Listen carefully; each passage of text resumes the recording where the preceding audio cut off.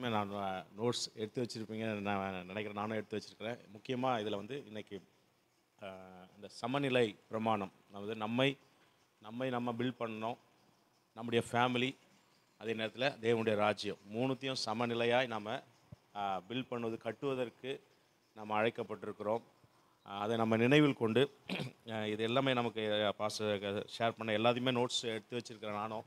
முதலாவது நமக்கு ஒரு ரீகாலிங் நமக்கு வேணும். நிறைய விஷயங்கள் ஆஸ் அ பாஸ்டர்ஸ் நம்ம வந்து நிறைய செமினார்ஸு நமக்கு பஞ்சமே இல்லை, நிறைய கேட்குறோம், நிறைய டீச்சிங்ஸ் கேட்குறோம், நிறைய நம்ம ஊழிய சபை வளர்ச்சிக்கு அப்படின்னு சொல்லி நிறைய நம்ம கேட்காத காரியங்கள் இல்லை. ஆனால் இதில் யூனிக் என்னென்னா, இது நம்முடைய வாழ்க்கையை, நம்முடைய குடும்பத்தை உண்மையாக அந்த பேஸ்மெண்ட் நமக்கு முக்கியம். அதை கட்டுவதற்கான ஒரு அஸ்திபாரமான வாழ்க்கையாக இருக்குது, அந்த சத்தியமாக இருக்கிறதுனால இது அதிகமாக நம்ம கான்சன்ட்ரேட் பண்ணணும். நாங்களும் முடிவு பண்ணியிருக்கிறோம், இதை கண்டிப்பாக இதை என்னெல்லாம் டீச் பண்ண எல்லாம் நோட் பண்ணி நாம் ஆஸ் அ ஃபேமிலியை உட்காந்து கண்டிப்பாக இதை தியானிக்கணும். ஏன்னா மறுபடியும் இது நமக்கு இப்போ நிறைய கேட்டது மாதிரி நம்ம கேட்டுட்டு போயிட்டே இருப்போம்.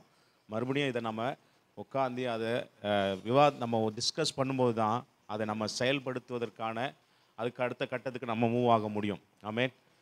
அதான் ஆண்டவருடைய இன்றைக்கி பாஸ்டர் ஷேர் பண்ண எல்லாமே நமக்கு பிரயோஜனமாக இருந்தது.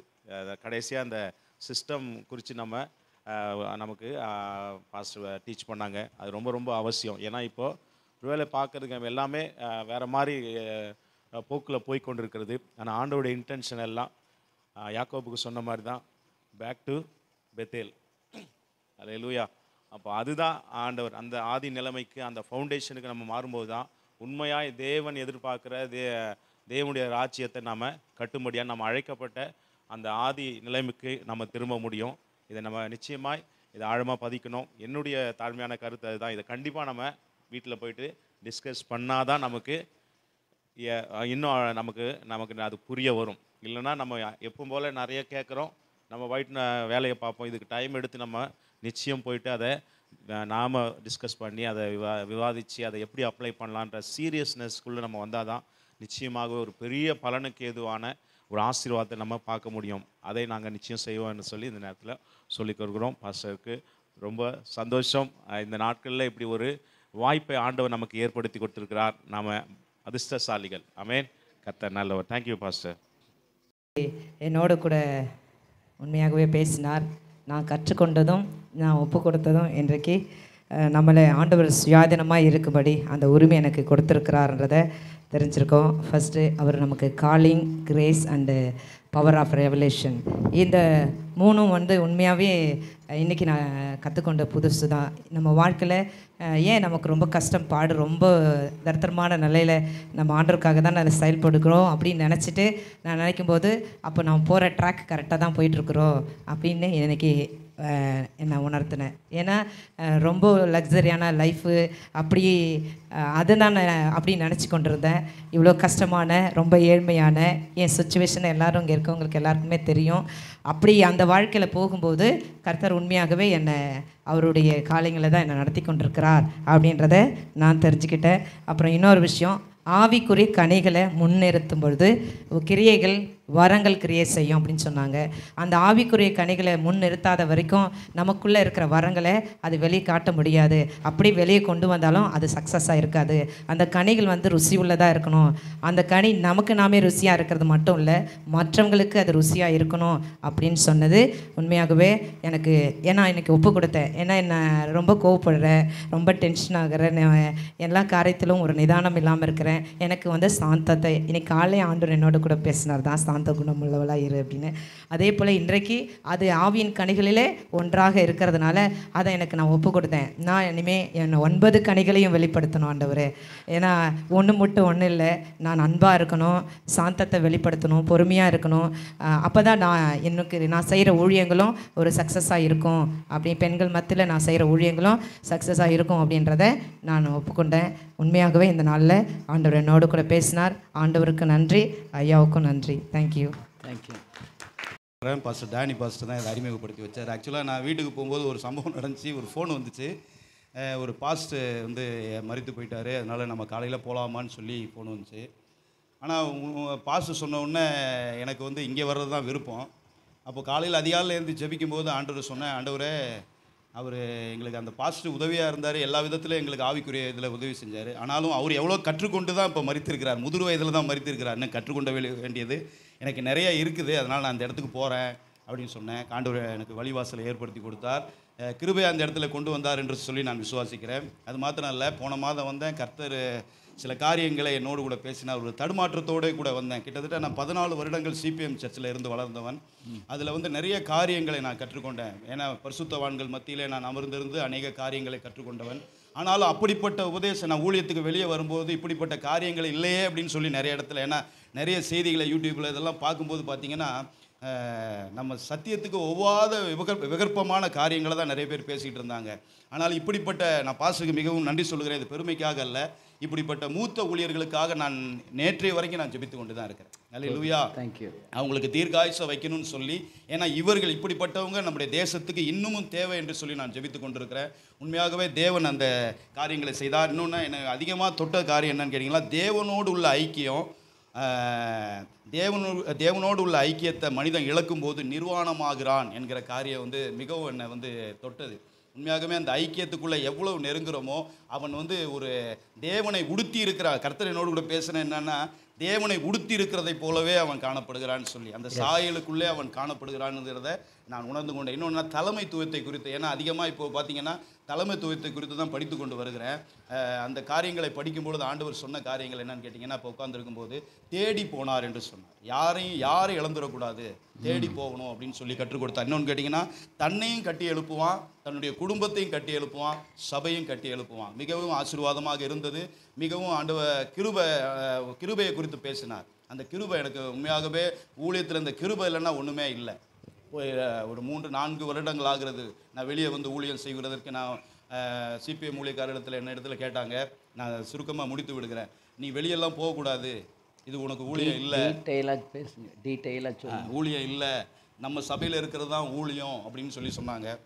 ஆனாலும் நான் ஆண்டவர் என்னோடு கூட தெளிவாக பேசினபடினா நான் சொன்னேன், உங்களுக்கு ஒரு ஊழியத்தை கொடுத்துருக்கிற மாதிரி எனக்கு ஒரு ஊழியத்தை ஆண்டவர் கொடுத்துருக்கிறார் பாஸ்டர், அதனால் நான் செய்ய தான் போகணும் அப்படின்னும் போது, இதுதான் உங்களுடைய முடிவா, இதை தான் செய்ய போகிறீங்களா அப்படின்னு சொல்லி, நீங்கள் தனியாக வாங்க பேசுவோம் அப்படின்னாரு. பேசுகிறதுக்கு ஒன்றுமே இல்லை பாஸ்டர், கர்த்தர் அழைத்திருக்கிறார், நான் போகிறேன் அப்படின்னு சொல்லும்போது, அப்போ ஜெபித்து அனுப்பி, எப்பயுமே அப்படி யாருமே செய்ய மாட்டாங்க, நீங்கள் போங்க ஜெபிங்க. இன்றைக்கி கூட எங்கள் வீட்டுக்கு வந்து பெரியக்கா அவங்கெல்லாம் வரும்போது பார்த்தீங்கன்னா எனக்கு ஜெபித்துட்டு தான் போவாங்க. என்னுடைய ஊழியங்களுக்காக என்ன செய்வாங்கன்னா ஜெபித்துட்டு தான் போவாங்க. என் மனைவி இன்னும் சிபிஎம்மில் தான் இருக்கிறாங்க. ஆனாலும் நான் கூப்பிடும் போதெல்லாம் என்னோட கூட வந்து ஊழியத்தில் உறுதுணையாக இருப்பாங்க. அவங்கள இங்கே கூட்டிகிட்டு வர முடியல, கொஞ்சம் கொஞ்சமாக தான் அவங்கள வெளியே கொண்டு வர வேண்டியதாக இருக்கிறது. ஏன்னா திடீர்னு, ஏன்னா ஒரே சத்தியத்தில் வளர்ந்தவங்க, திடீர்னு புதிய காரியங்கள், ஏன்னா வெளியே கொண்டு வரும் பொழுது பார்த்தீங்கன்னா அவங்க சில நேரங்களில் ஒரு சில 2-3 இடத்துக்கு கூட்டிகிட்டு போயிட்டேன், அவங்க வெறுத்துட்டாங்க. அந்த செய்தியெல்லாம் கேட்டு ரொம்ப என்ன இப்படி இருக்கே அப்படின்னு சொல்லி பேசுகிற அளவுக்கு ஆகிட்டாங்க. அதனால் யோசனை பண்ணி வெளியே கூட்டு வர வேண்டியதாக இருக்குது. அதனால் இந்த இடத்துல நான் வந்தது எனக்கு மிகவும் பிரயோஜனமாக இருக்கிறது. அடுத்த மாதம் நான் கூட்டிக் கொண்டு வருவேன் என்று விசுவாசிக்கிறேன். கர்த்தருடைய பரிசுத்த நாமத்துக்கு ஸ்தோத்திரம். இந்த நாளில் நான் வந்தது மிகவும் எனக்கு பிரயோஜனமாக இருந்தது. இந்த தேவனுடைய நாமத்துக்கு மகிமையாக சொல்லுகிறேன். கர்த்தருடைய பரிசுத்த நாமத்துக்கு மகிமை உண்டாவதா. நான் 17 வருஷமாக ஊழியம் செஞ்சிட்ருக்கிறேன். எனக்கு பைபிள் டீச்சிங் கிடையாது. ஸோ ஆவிக்குரிய தகப்பன் வந்து எனக்கு யாரும் கவுன்சிலிங் கொடுக்குறதில்லை. நான் அப்படியே ஒரு நேரத்தில் யோசிப்பேன், எனக்கு ஞானஸ்தானம் கொடுத்தவரை கிட்டத்தட்ட 50 வருஷம் ஊழிச்சு மேலே இருக்கும். நான் எவ்வளோ போயிட்டு வாங்க பர்சன்ஸ் கூப்பிடுவேன், அவர் வரமாட்டார். ஏன் காரணம்னா, நான் தனியாக வந்து ஊழியம் செய்கிறேன் அப்படின்றத ஒரே அந்த காரணம் தான், வேறு ஒன்றும் கிடையாது. என் மேலே ரொம்ப பாசம் அவர். நான் எவ்வளோ முறை சொல்லிட்டேன், பாஸ்டர் நானாக வரல பாஸ்டர், நான் 5 வருஷம் வேணான்னு சொல்லி, இந்த ஊழியத்து வேணான்னு சொல்லி என்ன பண்ணிட்டேன், தட்டி விட்டேன். ஆண்டவர் ஒரு நேரம் வந்தது, பைத்தியமாகி உட்கார ஊழித்து வரலன்னு சொல்லி, அதன் பிறகு தான் அந்த ஊழியத்தை ஸ்டார்ட் பண்ணேன். தயவு செஞ்சு அப்படி தவறாக நினைக்கக்கூடாது, வாங்க அப்படின்னு சொன்னேன். இன்னி வரைக்கும் வரல. அதுக்காக கர்த்தரை சோதரிக்கிறேன். ஆனால் ஐயா அந்த மாதிரி நான் நினைக்கிறது உண்டு. ஆண்டவர் எனக்கு நிறைய டைரக்டாக டீச் பண்ணுற ஒரு அனுபவம் இருக்குது. இந்த 17 வருஷமாக நான் விழாமல் வந்தது கர்த்தருடைய கிருபை நிறைய கொடுத்தாரு.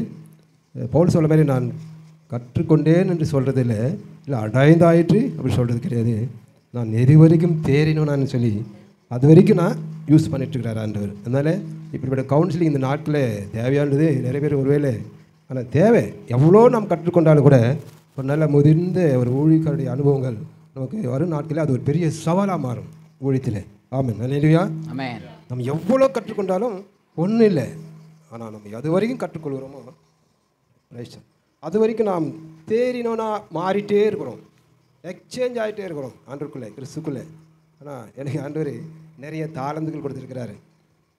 நான் போய் எங்கே போனாலும் இப்போ நடந்து போயிட்டு போதே ஆவியானவரோட லீட் பண்ணுவார். நான் சபையில் பேசிகிட்டே இருப்பேன், இந்த இடத்துல இப்போ நடக்கணும்னு சொல்லி ஆவியானவரோட லீட் பண்ணுவார். அப்போ அது நடந்துடும். அப்போ நம்ம அந்த ஆமோஸ் சொல்கிற மாதிரி, நான் தீர்க்கதரிசியும் அல்ல, தீர்க்கதரிசி புத்திரனும் அல்ல, நான் மந்தை மேய்க்கிறனும் காட்டாத்தி பழத்தை பொறுக்கின்னு சொல்கிறார். ஆமாம், ஹல்லேலூயா. டீசெண்ட் அந்த வார்த்தை ரொம்ப நம்மளை நல்லா தட்டுது. நான் அது மாதிரி எனக்கு நிறைய வரங்கள் 9 வரத்தையும் கொடுத்துருக்கிறாரு. நான் இன்னி வரைக்கும் யார்ட்டும் சொன்னதில்லை. ஸோ போனால் எங்கேயாவது போனால் கண்டிஷனாக பேசுவேன். எனக்கு பிடிக்காத ஆவிக்குரிய காரியங்கள் எனக்கு பிடிக்கலனா அந்த செகண்ட் வான் பண்ணுவேன். எனக்கு யாரை பற்றியும் கவலையே இல்லை. ஏன்னா யாரையும் குற்றம் சொல்கிறதில்ல, குறை சொல்கிற போது கிடையாது. என்னோட லீட் பண்ண நான் சொல்லிடுவேன். ஆனால் இன்னி வரைக்கும் யாருடைய ஆலோசனை கவுன்சில் இன்னி வரைக்கும் கிடையாது. ஆனால் நிற்கிறேன்னா தேவனுடைய கிருபை. இன்னொன்று நான் பண்ணுற ஜபம், ஆண்டவரோடு நான் எனக்கு இருக்கிற அந்த உறவு. ஏன்னா பிரஜாதி வந்துட்டு ஊழியத்தில் இப்படி நிற்கின்றது ரொம்ப ரொம்ப ஒரு கடினமான விஷயம் இந்த காலத்தில். ஆனால் நான் எனக்கு ஆண்டவர் இருக்கிற அந்த உறவு, 2வது கிருபை, 3வது இந்த மாதிரி எங்கேயாவது ஒரு சில இடத்துல எப்பயாவது ஆண்டு கொண்டு போவார். ஆனால் அதிகமாக இந்த இடத்துல நான் பார்க்குறேன். முதலாவது அந்த நிறைய அனுபவங்களை. அதனால நான் கர்த்தரை துதிக்கிறேன். எவ்வளோதான் நம்ம கற்றுக்கொண்டாலும் இன்னும் நம்ம கற்றுக்கொண்டுட்டே இருக்கணும். மரணத்து வரைக்கும் நமக்கு அந்த டீச்சிங் வேணும், ஆவியனுடைய நல்ல போதனைகள். ஆமாம், அதை மட்டும் நம்ம உறுதியாக எப்போதும் நினைக்கணும். இன்னும் நான் அதிகமாக ஆண்டவர்கிட்ட நான் கேட்குறேன், ஒருவேளை ஆண்டவருடைய சித்தம்னா அனுப்புங்க, அது எனக்கு ரொம்ப பிரயோஜனமாக இருக்கும் அப்படின்னு நான் நினைக்கிறேன். இன்னும் ஒரு நாட்கள் அப்படி ஆண்டவர் நமக்கு நல்ல ஆலோசனைகளே நல்ல கவுன்சிலிங் கொடுப்பான்றது நம்ம நிச்சயித்திருக்கோம். நம்ம இது நல்ல யூஸ்ஃபுல்லாக இருக்குதுன்றது நாம் கண்டிப்பாக எல்லாரும் யூஸ்ஃபுல்லாக நம்ம சொல்கிறோம். ஆனால் இன்னும் அதிகமாக ஐயா எடுத்து பயன்படுத்தினானே அதனோட ஜபிக்கிறேன். ஆண்டவருக்காக நான் சோதரிக்கிறேன். ஆமாம், தேங்க்யூ லார்ட் ஜீசஸ். ஆமாம். நிறைய விஷயங்களை ஒரு மனக்கண் திறக்கப்பட்டதாக இருந்தது.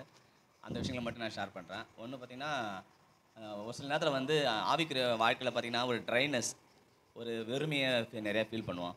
அது வந்து ஐயா வந்து இந்த தேவனுடைய சாயலை நாம் எடுக்கும்பொழுது நம்ம அந்த நிர்வாணமாக அப்படி அந்த கான்செப்டில் அவர் ஷேர் பண்ணும்பொழுது அது அதனால் ஆண்டவர் அந்த பகுதி மூலமாக என்னோடு இடைப்பட்டார். அப்போ தேவனுடைய ஐக்கியம் ரொம்ப முக்கியமானது. அதை நம்ம இழக்கவே கூடாது. எதுக்காகவும் யாருக்காகவும் நம்ம தேவனோடு இருக்கிற ஐக்கியத்தை நம்ம விட்டு கொஞ்சம் கூட விலகக்கூடாது. அந்த உறவை நம்ம தேடணும் அப்படின்றதில் நான் புரிஞ்சுக்கிட்டேன். நெக்ஸ்ட்டு பார்த்திங்கன்னா, ஐயா ஷேர் பண்ணும்போது கிருபையின் மூலமாக நமக்கு விசுவாசம் கிடைக்குது, விசுவாசத்தெல்லாம் நம்ம ரட்சிக்கப்படுறோம், இந்த விஷயங்கள்லாம் சொன்னாங்க. அதை விட முக்கியமானது ஆணுடைய ஊழியராக இருக்க நமக்கு வந்து ஒரு ரெவலேஷன் கிடைக்கிது, ஒரு வெளிப்பாடு ஆண்டவர் நமக்கு தராரு. அவர் கிருபையின் மூலமாக தான் அந்த வெளிப்பாடை தராரு. ஒவ்வொரு சூழ்நிலையினாலும் நமக்கு ஒரு வெளிப்பாடை தராரு. அதை நான் நிறையா ப்ராக்டிஸ் பண்ணுன்றதை நான் ஆழமாக உணர்ந்து கொண்டேன். இன்றைக்கி நிறைய எதிரிகளை நம்ம பார்க்குறோம். ஊழியத்தில் நிறைய தேவைகள் மத்தியில் நம்ம நெருக்கப்படுறோம். அநேகரால் நம்ம ஏமாற்றப்படுறோம். ஈவன் நம்ம லீடர்ஸும் கூட ஒரு சில நேரத்தில் எதிர்க்க ஒன்று பேசுகிறாங்க, பின்னாடி குத்துற மாதிரி இருக்குது. அப்புறம் யாரை நம்புறது யாரை நம்பாமல் ஒன்றுமே குழப்பத்தில் இருக்கிற மாதிரி இருக்குது. ஐயா இன்றைக்கி ஷேர் பண்ணிட்டு உண்மையாகவே நான் ஆண்டவர் எனக்கு ஒரு ஸ்பிரிச்சுவலாக எனக்கு ஒரு டெலிவரன்ஸ் கொடுத்தாரு. பவுல் ஆண்டவர் சந்திக்கும் போது அவன் 3 நாள் குருடாக்கப்பட்டவனா அந்த சூழ்நிலை ஆண்டவர் அப்படி விட்டாலும் அதுலேருந்து அவனை ஆணுடைய அப்போ நம்ம பார்க்கும்போது நிறைய நான் சுயசித்தத்துக்கு நான் அடிமையாக இருக்கிறத பார்க்குறேன். திடீர்னு ஏன் அந்த சூழ்நிலைலாம் எதிரிகளில் ஏன் விடுறாரு, உடனே எனக்கு கோவம் வருது. நீங்கள் காலையில் கூட நல்லா தான் இருக்கேன், அன்பாக தான் இருக்கேன், எல்லார்ட்டையும் நல்லா பேசுகிறேன். ஆனால் நமக்கு துன்பம் கொடுத்தவங்களை பார்த்தோன்னே ஒரு பயங்கரமான ஒரு எரிச்சல் வருது. ஒரு என்ன இவன் நம்ம இவனுக்கு என்ன பண்ண, ஏன் அப்படி நம்மளுக்கு இப்படி பண்ணா அப்படின்ற மாதிரியான ஒரு சூழ்நிலைகள், ஒரு சுபாவங்கள்லாம் எனக்குள்ளேருந்து வர்றதை நான் என்ன பண்ணுறேன், ஃபீல் பண்ணுறேன். அப்போ ஆண்டவர் இப்போ இந்த வசந்த மூலிமா பேசும்போது நம்ம டோட்டலாக சுயசித்தத்துலேயும் மாம்சமான ஒரு மனுஷனாக நான் இருக்கிறேன்றதை கண்டிப்பாக ஐடென்டிஃபை பண்ணேன். அப்போ அந்த நிலையிலிருந்து ஆண்டவரே என்ன நீங்கள் ரட்சிங்க, நான் அந்த சபை மக்கள்கிட்டையும் எல்லார்கிட்டையும் நான் சந்தோஷமாக இருக்கேன், உங்களுடைய அன்பை வெளிப்படுத்துகிறேன். ஆனால் அப்படிப்பட்ட பர்டிகுலர் பர்சன்களை பார்க்கும்போது எனக்கு கோபமும் ஒரு பழி வாங்குற எண்ணமும் வருது. நான் நல்லதானே செஞ்சேன், ஏன் எனக்கு இப்படி தீமை செஞ்சான், ஏன் இதெல்லாம் செஞ்சான்னு சொல்லிட்டு ஒரு இது வருது. இதெல்லாம் நான் மாறின ஆண்டவரே, உங்களுடைய அன்பினால என் இருதயத்தை நிரப்புங்க அப்படின்னு சொல்லிட்டு நான் என்ன பண்ணுறேன் வேண்டிட்டு. அப்போ அந்த ரெவலேஷன் எனக்கு கிடைக்கணும்னு நீங்கள் ஜெபம் பண்ணுங்கள். அந்த ரெவலேஷனை அந்த ரெவலேஷன் மூலயமா அந்த டிசைனிங் ஸ்பிரிட்டை எனக்குள்ளே இருக்கணும், தேவனுடைய ஆவியை தொடர்ந்து எனக்குள்ளே இருக்கணும்னு சொல்லிட்டு தொடர்ந்து எனக்காக நீங்கள் ஜெபம் பண்ணுங்கள். நம்ம ஆண்டவருடைய அந்த கிருபையினால் அந்த தேவனுடைய சித்தத்தையும் நோக்கத்தையும் அந்த அவருடைய பர்பஸை நம்ம நிறைவேற்ற விடாமல் இதெல்லாம் தடை பண்ணுறதை நான் என்ன பண்ணுறேன், ஃபீல் பண்ணுறேன். ஸோ உங்களுடைய ஜெபம் எனக்கு ரொம்ப தேவை, ஆண்டவருடைய கிருபை எனக்கு ரொம்ப தேவை. ஆகவே நான் ஆண்டவர் தொடர்ந்து அவருடைய சித்தத்துக்குள்ள என்னை வழி நடத்தணும், சுய சித்தங்கள்லாம் மாறணும். தேவனுடைய சித்தத்தை நான் நிறைவேற்றணும். அதுக்காக ஜெபம் பண்ணுங்கள். Thank you pastors. யூஸ்ஃபுல்லாக இருந்துச்சு. அநேக காரியங்களை தேவன் கற்றிருந்தாலும் இன்னும் நிறைய டீப்பாக கற்றுக்கொள்ளும்படியாக தேவன் உதவி செய்தார். அதற்காக முதலாவது நன்றி செலுத்துகிறேன். இந்த நாளில் 2 காரியங்களை குறித்து ஆண்டவர் வந்து ஸ்ட்ராங்காக அதை தெரிந்து கொள்ளும்படி உறுதிப்படுத்தும்படியாக ஆண்டவர் அழைப்பு ஒன்று, இன்னொன்று வந்து நம்மளுக்கு கொடுக்கப்பட்ட தாளந்துகள். இது 2மே நம்ம முக்கியமானது எதுன்னு சொல்லிட்டு ஆண்டவர் அழைப்பை பற்றி முதலாவது சொல்லும்போது கூட என்னுடைய வாழ்க்கையில் திருமணத்தின் போது எனக்கு ஊழியம், நான் பாரம்பரிய கிறிஸ்துவ குடும்பத்தில் பிறந்ததுனால எனக்கு ஊழியம் பாஸ்டர் அப்படி எதுவுமே தெரியாது. திருமணத்து காரியத்தில் போது அப்பா அம்மா பார்த்து சொல்லும்போது சரி நல்லா படிச்சிருக்காங்க, பைபிள் காலேஜ் படிச்சிருக்காங்க அப்படின்னு சொல்லும்போது திருமணத்துக்கு நான் ஒப்புக்கொண்டேன். ஆனாலும் கூட திருமணம் ஆன போது எனக்கு பாஸ்டர்ஸ்னால் நாங்கள் பார்த்தது எல்லாமே எங்களுடைய சபையில் நாங்கள் ஐயர் அப்படின்னு சொல்லிட்டு ஐயரம்மா அப்படி தான் நாங்கள் பார்த்துருக்கோம். எங்களுடைய மாமனார் மாமியாரெல்லாம் வந்து பாரம்பரியத்தில் இருந்ததுனால பாஸ்டருக்கு வந்து என்னை பார்த்ததுனால பாஸ்டர் ஜெபம் பண்ணியிருக்காங்க. அவங்க பாஸ்டர்ட்டையும் போய் ஷேர் பண்ணும்போது ஒரு வார்த்தை சொன்னார். அப்புறம் தான் சொன்னாங்க, இது மாதிரி ஏற்கனவே ப்ரிப்பராக இருந்த ஒரு சாப்பாட்டை சாப்பிட்றதுக்கும் அதை வந்து எல்லாம் பண்ணி சாப்பிட்றதுக்கும் நிறைய வித்தியாசம் இருக்குது அப்படின்னு சொல்லிட்டு பாஸ்டர் சொன்னாங்கன்னு சொல்லிட்டு என்கிட்ட ஷேர் பண்ணாங்க. ஆனாலும் கூட என்னுடைய வாழ்க்கையில் ஸ்டார்ட் பண்ணும்போது அழைப்பு குறித்து எனக்கு எதுவுமே தெரியல. என்னுடைய எய்மெல்லாம் நான் இன்ஜினியரிங் முடிச்சதுனால நல்ல ஒரு இன்ஜினியர் ஆகணும், அந்த லைனில் போயிடணும். என்னுடைய லைஃப்பில் வந்து அது மட்டும் தான் என்னுடைய எய்மாகவே இருந்துச்சு. இன்னொன்று ஜெபிக்கிற அனுபவங்கள். நாங்கள் வந்து சபைக்கு ஒரு கிறிஸ்மஸ் மற்ற அந்த மாதிரி டைமில் தான் நாங்கள் வந்து அதுக்கு முக்கியத்துவம் கொடுத்து போவோம். யாராவது பெண்டிகஸ் பாஸ்டர் எங்கள் வீட்டுக்கு வந்தாலே ஒரு நிறைய நேரம் எடுப்பார் அப்படின்னு சொல்லிட்டு நாங்கள் வெளியில் ஓடிடுவோம் விளையாடுறதுக்கு. ஏன்னா வந்தால் அவர் போக மாட்டாங்க, நிறைய நேரம் உட்காந்து பேசிகிட்டு இருப்பாங்கன்னு சொல்லிட்டு நாங்கள் வீட்டிலேயே கூட இருக்க மாட்டோம். அவங்க ஒயிட் அண்ட் ஒயிட் அவங்க எங்கள் வீட்டுக்கு வருவாங்க, ஒரு சில பாஸ்டர்ஸ் வருவாங்க. அப்போ அவங்கள பார்க்கும்போது நாங்கள் என்னுடைய தம்பி நாங்களாம் பார்க்கும்போது ஐயோ பாஸ்டர் வந்து ரொம்ப நேரம் பேசுவாங்க அப்படின்னு சொல்லிட்டு நாங்கள் வரமாட்டோம். கடைசியாக முடிக்கிற நேரத்துக்கு டைம் பார்த்துட்டு வரும்போது இப்போ முடிக்கிற நேரமாக இருக்கும்போது அவர் ப்ரேயர் முடிக்கிற நேரத்துக்கு வந்து உட்காந்துப்போம். இப்போ சொல்லுவார் எல்லாம் அப்படி அந்த மாதிரி தான் எங்களுடைய அனுபவங்கள் இருந்துச்சு. திருமணம் ஆகி கொஞ்ச நாளில் எனக்கு ஊழியன்னா என்ன அப்படின்னு சொல்லிட்டு பாஸ்டர் மூலமாக தான் அநேக காரியங்கள் எனக்கு தேவன் நடத்தினார். என்னுடைய பாஸ்டர் கூட கடைசியாக எனக்கு ஒரு அட்வைஸ் பண்ணாங்க. வந்து பாஸ்டர் பெண்டிகஸ் பாஸ்டர் எங்கள் வீட்டுக்கு வர பாஸ்டர் சொன்னாங்க, நீ ஊழியக்காரை தேர்ந்தெடுத்திருக்கமா, எப்படி உனக்கு சரியாக வருமா, ஜெபிச்சியா அப்படின்னு கேட்டாங்க. அதனால் எனக்கு என்ன சொல்கிறேன்னு தெரியல. ஜெபம் பண்ணவொடனே எனக்கு பிடிச்சிருந்துச்சி, அப்படியே ஓகே சொல்லிட்டேன். ஆனால் எனக்கு இந்த அழைப்பு அந்த ஊழியம் அதெல்லாம் எனக்கு தெரியாது. அப்போ மேரேஜ் ஆனவனா பாஸ்டர்னாங்க சரி நீ ஜெபிச்சு முடிவெடுத்தா ஓகே தாம்மா அப்படின்னு சொல்லிட்டு அவங்களும் ஒரு ப்ரேயர் பண்ணிட்டு போயிட்டாங்க. அப்புறம் திருமண காரியத்தில் ஆண்டவர் அழைப்பு குறித்து என்னோட கூட இடைப்பட்டுட்டே இருந்தார். நீ வந்து முழு நேர ஊழியத்துக்கு வரணும் அப்படின்னு சொல்லிட்டு பேசும்போது கூட நான் அநேக கொஸ்டின்ஸ் ஆண்டவர்கிட்ட வச்சேன். ஆண்டவரே நான் என்னுடைய வாழ்க்கையில் எப்படிலாம் இருக்கணும் அப்படின்னு நினச்சனோ அதே மாதிரி நான் இருக்கணும் ஆண்டவரே அப்படின்னு சொல்லி ஒரு சில காரியங்களை நம்ம ஒரு தகப்பனிடத்தில் சொல்கிறது போல் ஆண்டவர்கிட்ட நான் சொல்ல ஆரம்பித்தேன். அப்போ ஆரம்ப நாட்கள் அது கடினத்தின் பாஸ்டர் சொன்னது போல் அநேக காரியங்கள் என்னுடைய பார்க்காத சூழ்நிலைகளை நான் பார்த்தேன். வறுமை எனக்கு என்னன்னு தெரியாது. ஆனாலும் கூட ஆண்டவர் அந்த ஊழியத்தின் பாதையில் நிறைய காரியங்கள் வறுமைனா என்ன, பண தேவைகள்னா என்ன அப்படின்னு சொல்லிட்டு நிறைய காரியங்கள் ஆண்டவர் வந்து எனக்கு கற்றுக் கொடுக்கும்படியாக கர்த்தர் உதவி செய்தார். அநேக போராட்டங்கள் மத்தியில் கூட தேவன் இந்த அழைப்பில் நிற்கணும் அப்படின்னு சொல்லிட்டு மீண்டும் மீண்டும் எனக்கு பேசிகிட்டே இருந்தார். நீ அழைப்பில் சரியாக நிற்கும்போது ஆண்டவர் உன்னை உயர்த்துவேன் அப்படின்னு சொல்லிட்டு ஆண்டவர் சொன்னார். அதே போல் குடும்பத்தில் பாஸ்டரோடு கூட இணைந்து அநேக சூழ்நிலைகளில் ஒரு சில வருடங்கள் கருத்து வேறுபாடுகள் அநேக பிரச்சனைகள் இருந்தாலும் அவர் பொறுமையாக இருந்து தேவனுடைய வார்த்தையை சொல்லி சொல்லி நடத்தினாலும் எங்களுடைய முழு குடும்பம் முழுவதுமே ஆண்டவருக்குள்ளே ரட்சிப்புக்குள்ளே வந்தாங்க. எல்லாருமே ஆண்டவருக்கு ஊழியம் செய்கிற அளவுக்கு இன்றைக்கி பிள்ளைகள் எல்லாமே என்னுடைய சகோதரிகள் எல்லாமே ஊழியத்தை செய்யும்படியாய் தேவனுடைய அழைப்பு அவங்க மேலேயும் ஆண்டவர் வச்சிருக்காரு. அவங்களையும் தேவன் இதனால் பயன்படுறாரு. அது மாத்திரமல்ல எனக்கு நல்ல ஒரு சபையை கொடுத்து சபையில் ஊழியங்களை செய்யும்படியாக அதற்குள்ள அபிஷேகத்தை என்னெல்லாம் ஆண்டவர்கிட்ட ஜெபிச்சுனா எனக்கு எதுவுமே தெரியாது ஆண்டவர் நீங்கள் தான் எல்லாமே சொல்லித்தரணும் அப்படின்னு சொல்லிட்டு சொன்ன ஒவ்வொரு காரியத்தையும் தேவன் என்னோடு இருந்து நல்ல ஒரு டீச் பண்ணுற ஆண்டவர் அந்த கிஃப்ட்டை எனக்கு கொடுத்துருக்காரு.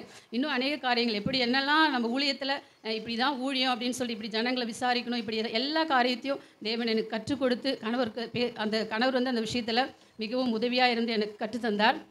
அதனால் தேவனுக்கு மகிமையாக இதனால் கூட யோசிச்சுட்டு இருந்தேன், ஆண்டவரே அழைச்சிட்டீங்க இதில் நான் உறுதியாக ஓடணுமேன்ட்ட. அப்போ அழைப்பு குறித்து பாஸ்டர் சொல்லும்போது கூட தொடர்ந்து அழைப்பு இல்லைன்னா யாரும் இந்த ஊழியத்தை செய்ய முடியாது, அழைக்கப்பட்டவர்கள் தான் அந்த ஊழியத்தை செய்ய முடியும் அப்படின்னு சொல்லும்போது ஆண்டவர் என்னோடு கூட இடைப்பட்டார். அது மாத்திரமல்ல ரெண்டாவது காரியம் இந்த ஸ்பிரிச்சுவல், அதாவது மெட்டீரியல் ஸ்பிரிச்சுவல்னு சொல்லிட்டு அந்த வார்த்தை எனக்கு ரொம்ப அது டச்சிங்காக இருந்துச்சு. ஏன்னு சொன்னால் அநேகருக்கு உதவிகள் செய்வதற்கு கர்த்தர் கிருபை செஞ்சுருக்கேன். அதனால் நிறைய அந்த மெட்டீரியல்ஸ் நான் ரொம்ப ஆசைப்படுவேன், அநேகருக்கு நான் கொடுக்கணும் அப்படின்னு சொல்லிட்டு.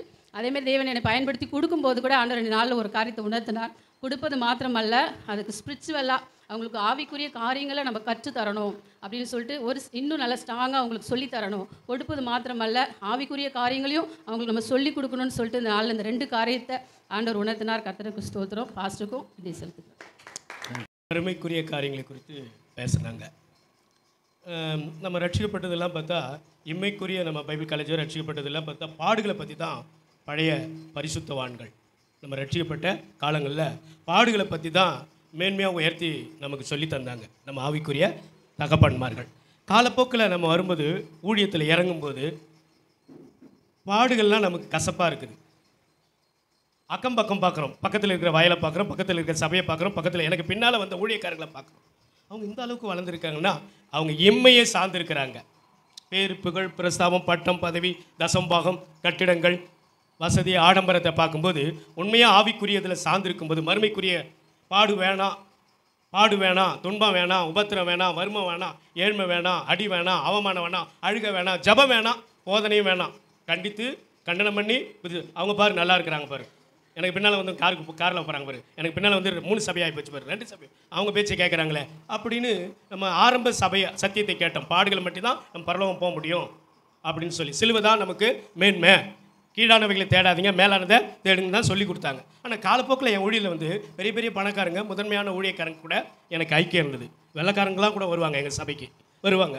ஆஹா பாடலாம் சும்மா அது உலகம் தான் மேன்மை. ஏன்னா நம்ம உலகத்திலேருந்து வந்தோம், உலகத்தின் அளவு வேறு, வசதி வாய்ப்பு கார் உள்ளவங்கள எழுந்து வாங்கன்றாங்க, அவங்க தான் முதலிடம் கொடுங்க. இப்போது ஐயா அவர்கள் டாக்டர் பேசுவார்கள் அப்படின்னா அந்த பதவி பட்டம் உள்ளவங்க உயர்ந்தவங்களுக்கு தான் உள்பிட்டே கிடைக்குது, மைக்கே கிடைக்குது நீங்கள் அனுபவத்திலேருந்து. ஆனால் 100க்கு 100 ஆவிக்குரியவனாக இருப்பான், ஆவிக்குரியில் பயங்கரமாக வளர்ந்துருப்பான், அவனிடத்துல எந்த ஒரு பிரிச்சொல் குறைய இருக்காது. அவன் அங்கேயே தான் மதிக்கக்கூடியாதவனா கனப்படுத்தக்கூடியாதவனா, அதுக்கு தான் இப்போ மைக் உங்கள் கையில் கொடுத்துருக்கு, மதிக்கக்கூடியாதவனா கனப்படுத்தக்கூடியவனா, அவன் யாருன்னே அட்ரஸ் இல்லாதவனா மறைந்திருப்பான். அப்போது நிலையாக போகும்போது அவங்களுக்கும் ஒரு தடுமாற்றம் வருது. கரெக்டு தான், நம்ம மனைவி சொல்கிறது கரெக்டு தான், நம்ம அண்ணன் சொல்கிறது கரெக்டு தான், பக்கத்தில் இருக்குன்னு சொல்லுதான், விசுவாசி சொல்கிறது கரெக்டு தான் அப்படின்னு இந்த உலகத்தை சார்ந்து இம்மைக்குரியதை சார்ந்து விழற ஸ்டேஜில் நம்ம போயிட்டு இருக்கிறோம். நம்ம என்னமோ சத்தியத்தை சொல்லின்னு ஆவிக்குரியது கிருபை வரம் ரட்சிப்பு இதில் யாருக்கு தேவை, கனிகள்லாம் யாருக்கு தேவை அப்படின்னு சோர்ந்து போகிற நிலையில் நான் இருந்தேன், சோர்ந்து போயிடுறேன். ஆனால் இங்கே வந்து மீண்டும் அதை தட்டி எழுப்பி ஒட்டி இருக்கிற அந்த புழுதியெல்லாம் என்ன பண்ணு விடுறா, நீ தொடர்ந்து நான் ஆதியில் இளமையில் கற்றுக்கொண்ட அந்த சத்தியத்தில் நீ நிலைத்திருன்ற மாதிரி எனக்கு ஒரு உத்தியோகம், அந்த உயிர் மீச்சி பிடிச்சி தள்ளுற மாதிரி எனக்கு ஒரு உந்துதல் கிடைச்சிது. 2வது முறையை நாங்கள் வரேன். ஆனால் நிறைய பேர் என்னடா நீ இப்படியே வந்து கூப்பிட்டு சொல்லுவாங்க, என்ன லாசர் நீ இப்படி இருக்கிற அப்படின்வாங்க. நீ கற்றுக்கொண்டதில் நிலைத்திருன்னு சொல்லி என்னை கொஞ்சம் தட்டி நீ போகிறது சரிதான்டா, அப்படி இப்படியே விலகாதடா, நீ கற்றுக்கொண்டதில் உறுதியாக நில்லுன்ற மாதிரி ஒரு ஸ்ட்ராங்கை எனக்கு தந்திருக்கிறார். உலகத்தின் அளவு இருக்கிறவனை மதிக்கிறாங்க, கனப்படுத்துகிறாங்க, முதன்மையாக இருக்கிறாங்க. இல்லாதவனை ஓரம் கட்டினாலும் ஆண்டவர் ஓரம் கட்டுறதில்லை. சரியானது எனக்குள்ள வரங்களையும் வல்லமையும் கிருபையும் அழைப்பையும் அவர் உறுதிப்படுத்தி அழைக்கப்பட்டவனேன்ற அந்த சத்தம் உள்ளேவான்ற அந்த சத்தத்துக்காக தான் நம்ம காத்து கிடக்கிறோம். அப்படி நீங்கள் என்ன உயிர்ப்பிச்சது போல் உங்களையும் உயிர்ப்பிக்கணும்னு சொல்லி நான் நம்புகிறேன். தந்த தெய்வத்துக்கும் அந்த வெளிப்பாடு தந்த இது போன்ற சோர்ந்து போகிற நிலையில் இருக்கிறவன சோராதுன்னு தட்டி எழுப்ப வாய்ப்பை தந்த இந்த வார்த்தைகளை சுமந்து வந்த ஐயாவுக்கும் நன்றி. தேங்க்யூ. இதை எடுத்து இப்படி பேசினா தான் முதல்ல நீங்கள் யாருன்னே உங்களுக்கு தெரியும். ஏன்னா நீங்கள் யாருன்னு உங்களுக்கு தெரியாது. அப்போ நீங்கள் அந்த வாய்ப்பு கிடைக்கும்போது நீங்கள் வந்து எழுதணும், பேசணும், சொல்லணும், சாட்சி சொல்லணும். அப்போ நீங்களே தட்டி பாச சொன்ன மாதிரி தட்டி எழுப்பப்படுவீங்க. இன்றைக்கி பாச டேனியல் சொன்ன மாதிரி அது சிஸ்டமே மாறி கிடக்கு. இப்போ வந்து நம்ம தலைகளை இப்படி குப்பரை கிடக்கிறத நம்ம எடுத்து நிறுத்தணும்னு பார்க்க முடியுமாங்கிறது நிறைய பேர் கேள்வி. ஆனால் நான் இந்த 12 வருஷமாக அப்படி தான் நான் செய்துக்கிட்டு இருக்கேன். ஏன் அப்படின்னா இதுதான் நிற்கும், அது நிற்காதுன்னு எனக்கு தெரியும். எது நிற்கும் அப்படின்னா ஓல்டு சிஸ்டம் நிற்கும், நியூ சிஸ்டம் நிற்காது. ஏன்னா அது இம்மைக்குள்ளது, நம்ம தேடுறது வந்து மறுமைக்குள்ளது. இங்கே வந்து பேர் புகழ். நான் வந்து இந்த ஊழியத்தை இப்படி எடுத்து செய்யும்போது 1992 ஆண்டவர் அழைத்து 2012 தான் போகணும்னு பெர்மிஷன் கொடுத்தாரு. 20 வருஷம் கழிச்சு 38 வயசில் எனக்கு இந்த ஊழியத்துக்குரிய அழைப்பு. ஆனால் 20 வருஷம் சைலண்ட். இப்போ 20 வருஷமாக எனக்குள்ள தாகம் அதிகரிச்சுக்கிட்டே இருக்குது, போகணும். ஆனால் போக முடியாது. 4 ஆர்ஃபனேஜ் இருக்குது எங்கள் பாசியாட்ட, நான் அதுக்கு மேனேஜரு, பைபிள் காலேஜில் அகாடமிக் டீனு, என் சபைக்கு பாஸ்டர், எங்கள் பாசியாவுக்கு நான் அசிஸ்டண்ட்டு. 24 மணி நேரத்தில் கிட்டத்தட்ட ஒரு 10 மணி நேரம் அவங்களோட இருக்கணும், 12 மணி நேரமாக அவங்களோட இருக்கணும். வெளிநாடுகளுக்கு போகணும் வரணும், மிஷினரிகள் வராங்க போகிறாங்க, இப்படி நிறைய பொறுப்பு இருந்ததுனால நான் எங்கேயுமே எங்கள் பாளையங்கோட்டை விட்டு எங்கேயும் போக முடியாது. ஒன்று போனால் பாசையாகவும் நானும் வெளிநாடுக்கு போவோம், அப்படி இல்லைன்னா எங்கேயும் போக முடியாது. நான் கிட்டத்தட்ட 14 தடவை சிங்கப்பூருக்கு போயிருக்கேன். யூரோப் 2 தடவை போயிட்டு வந்திருக்கோம். எப்போ நான் என்னுடைய 28 வயசில், 34 வயசுலேயே இஸ்ரேலுக்கு போயிட்டு வந்தாச்சு. So rich experience. சின்ன வயசுல என்னது நிறைந்த அனுபவங்கள். அந்த அனுபவங்கள் தான் என்னை அடங்கி அமைதியாக இருன்னு வச்சது அந்த அனுபவங்கள் தான். பட் எல்லாரும் பாஸ் சொன்ன மாதிரி தான் உங்களுக்கு இவ்வளோ தாளந்துகள் இருக்குது, நீங்கள் எதுக்கு அசிஸ்டண்ட்டாக உட்காந்துக்கிட்டு இருக்கீங்க? எனக்கு தனி சபை இருக்குது, இருந்தாலும் அசிஸ்டன்ட்னு சொல்கிறதுல நான் பெருமைப்படுவேன். தனி சபை பாஸ்டர்னு சொல்கிறத விட பாஸ்டர் ராஜேந்திரன் ஐயாவுக்கு அசிஸ்டண்ட்டு ஒரு கிருபாசன கன்வென்ஷனில் பாம்பேயில் பேசுறதுக்கு போயிருந்தோம். இப்போ ஐயா உங்கள் டைட்டிலெல்லாம் சொல்லுங்கள், நாங்கள் அறிமுகப்படுத்தினாங்க. ஒன்றும் இல்லை, ஒன்று பாஸ்டர் ராஜேந்திரனுக்கு அசிஸ்டண்ட் மட்டும் நீங்கள் சொன்னால் போதும், வேறு ஒன்றுமே வேண்டாம். இல்லையா நீங்கள் பைபிள் காலேஜில் டீனாக இருக்கீங்க, அதெல்லாம் வேண்டாம் விடுங்க. ஈவன் டாக்டர்னே சொல்லாதீங்க. டாக்டருங்கிறது எங்கே யூஸ் பண்ணணும்னா பைபிள் காலேஜில். நம்ம பைபிள் காலேஜில் யூஸ் பண்ணது தான் நம்ம படிச்சிருக்கோம். நம்ம சும்மா பேருக்கு பட்டம் வாங்கலை. 5 வருஷம் கிட்டத்தட்ட 75,000 ரூபா செலவழித்து 95 போய் ஜாயின் பண்ணி 2000 தான் நினைஞ்சோம் படித்தோம். அது படித்து வாங்கியிருக்கோம். அது படிக்கிற இடத்துல தான் அந்த பட்டத்தை காட்டணும். இங்கே நமக்கு ரெவனரி டாக்டர்னு தேவையில்லை. இங்கே வந்து சும்மா பாஸ்டர் ராஜேந்திர ஐயாவுக்கு அசிஸ்டன்ட் பாஸ்டர்னு சொன்னால் நமக்கு போதும் அப்படின்னு தான் நான் சொன்னேன். ஏன்னா இதில் இருக்கிற மதிப்பு அதில் இல்லை. அப்போ நமக்கு வந்து புகழை இதை நம்ம தேடலை. நம்ம எதை தேடுதோம் அப்படின்னா சத்தியத்தை தேடுதோம். சத்தியம் தான் நிற்கும். இயேசு கிறிஸ்து வரும்போது எல்லா சிஸ்டமே மாறி தான் இருந்துச்சு. இந்த பரிசேயர் சதுசேயர் சிஸ்டத்தையே மாற்றிருந்தாங்க. ஆனால் அவர் வந்து விடவே இல்லை. 3.5 வருஷமும் இவன் கல்லெடுத்து எரிவதற்கு ரெடியாக இருந்தாங்க. ஆனால் யார் மாற்றலை? இயேசு மாற்றலை. அவர் சத்தியத்தை அப்படியே பொதிச்சிட்டு போயிட்டார். இன்றைக்கி அந்த சத்தியத்தை நம்ம பின்பற்றி நிற்கிறோம். ஏன்னா சத்தியம் தான் நிற்கும். மாயம் பண்ணுறது, நடிக்கிறது, நம்ம ரொம்ப வெள்ளை துணியை போட்டு ரொம்ப முக்கியப்படுத்துறது, அதெல்லாம் வந்து என்ன செய்யாது. வெள்ளை துணிக்குள்ளே வந்து உண்மையிலே சொல்ல போனால் வெள்ளை துணிக்குள்ளே நீங்கள் சத்தியம் இல்லை. நான் அதனால தான் யாரையுமே ரொம்ப ஒயிட் போடுங்கன்னு என் சர்ச்சின்னு வற்புறுத்துறது இல்லை. அது தானாக வரணும். இப்போ நகை கலட்டுறதோ அல்லது வெள்ளை துணி போடுறதோ நமக்கு அது வந்து மெயின் அல்ல. உள்ளுக்குள்ளே சரியாகும் போது ஆட்டோமேட்டிக்காக வெளியில் தன்னால் அது வந்துடும். அதை நம்ம போட்டு என்ன செய்யணும், இதில் தான் இருக்குது பரிசுத்தம்னா அதில் இல்லை. ஏன்னா வெள்ளை துணி போட்டு அவங்க பேசுகிற பேச்சு, அவங்க நடக்க அதெல்லாம் நம்ம வந்து சொல்லவே முடியாது. அப்போ நமக்கு அது வந்து முக்கியம் இல்லை, தோற்றம் முக்கியம். தோற்றம் எப்போ முக்கியம் வரும்னா அகத்தோற்றம் உண்மையாகும்போது புறத்தோற்றம் ஆட்டோமேட்டிக்காக வந்துடும். உள்ளுக்குள்ளே பரிசுத்தம் வந்த பிறகு வெளியில் இருக்கிறதெல்லாம் போட்டுக்கிட்டு நம்ம மினுக்கணும், நம்ம என்ன வருமா? ஒரு நாளும் வராது. அந்த தோற்றத்தை நம்ம உருவாக்கணும். அதை விட்டுட்டு நீ இதை கலட்டு, அதை போடு, இதை செய்ய அப்படின்னா அது வந்து நடக்காது. அது வந்து ஒரு தெய்வீகத்துக்குள்ளே வர உலகத்தை வெறுக்க இது தன்னால் நம்மளை விட்டு போகும். நம்ம ஒன்றுமே செய்ய வேண்டாம். கிறிஸ்துவுக்குள்ளே வளருதோம், சிலுவையை நோக்கி பார்க்குறோம். சிலுவையில் இயேசு கிறிஸ்து என்ன கோலத்தில் இருக்கார்? அவருடைய கோலத்தை பார்த்துட்டு நம்ம அந்த உலகத்தில் நம்மளால் மினுக்க முடியுமா? அந்த கேடு அடைந்தாரும்.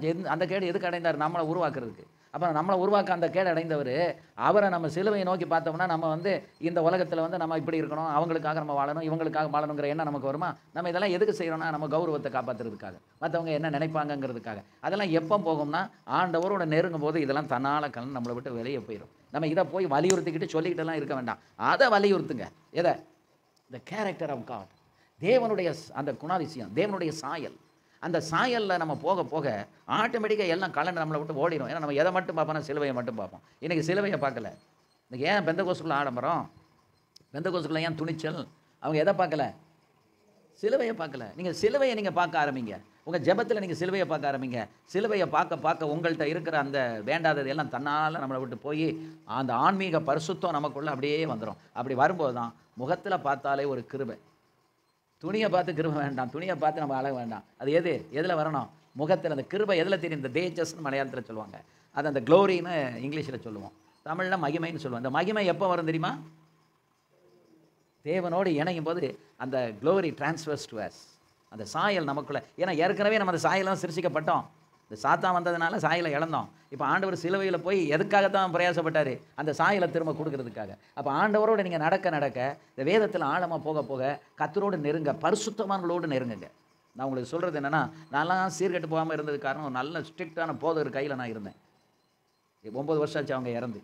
கூடவே இருந்ததுனால தான் நான் உருவாக்கப்பட்டேன். அதை மாதிரி நீங்கள் தேடி போய் அவங்களோட இருங்க.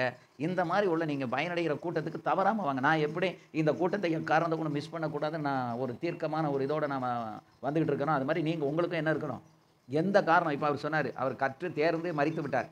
சாயங்காலம் அடக்கத்துக்கு கூட போனாலும் பிரச்சனை கிடையாது. ஆனால் இன்றைக்கி அங்கே போயிருந்தால் இந்த சத்தியம் கிடச்சிருக்காரு, இந்த வெளிச்சம் கிடச்சிருக்காரு. அப்போ அதில் தான் நம்ம தேர்ந்தெடுக்கணும். அது வேணும். பட் அதை விட முக்கியம் எது? கர்த்தருடைய சமூகம், நீ கற்றுக்கொள்ள வேண்டிய விதம். அப்போ இந்த மாதிரி நீங்கள் ஒரு தீர்மானத்தோடு மாதம் நீங்கள் கரெக்டாக வந்துக்கிட்டே இருந்தீங்கன்னா 1 வருஷம் 2 வருஷத்தில் நான் போதிக்கிறத விட சூப்பராக போதிக்கிற அளவுக்கு கர்த்தர் உங்களை மாற்றிடுவார். அப்படி நீங்கள் மாறணுங்கிறது தான் என்னுடைய. நீங்கள் கற்றுக்கிட்டேவும் இருக்கணும். நான் என்ன சொல்கிறேன்னா, நீங்கள் உங்களுக்கு சான்ஸ் கிடைக்கும் போது இதை போய் வெளியில் போடுங்க. எங்கெங்கே வாய்ப்பு கிடக்கு அங்கே போய் நீங்கள் சொல்லுங்கள். ஸோ ஒரு பக்கம் கற்றுக்கொள்ளுங்க, இன்னொரு பக்கத்தில் போய் நீங்கள் பேசுங்க. இப்படி நீங்கள் சபல பிள்ளையாக இருக்கக்கூடாது. என்ன செய்யணும்? தாளந்துகளை புதைக்கக்கூடாது, தாளந்துகளை பயன்படுத்து. எங்கெல்லாம் வாய்ப்பு கிடைக்கும், அது 2 பேர் இருக்கலாம், 3 பேர் இருக்கலாம், தெருவில் நின்று பேசி 2 பேர் சம்பாதிக்கலாம். அந்த இடத்துல கூட உங்கள் தாளந்தை நீங்கள் பயன்படுத்துங்க. அதில் கூட உங்களுக்கு கர்த்தர் கற்றுத்தந்தவைகளை நீங்கள் அவங்களுக்கு ஷேர் பண்ணிங்கன்னா கர்த்தர் மகிமையான காரியங்களை செய்வார். ஆமென். ஜெபர்சன் ஜெபிச்சு முடிக்கிறேன்.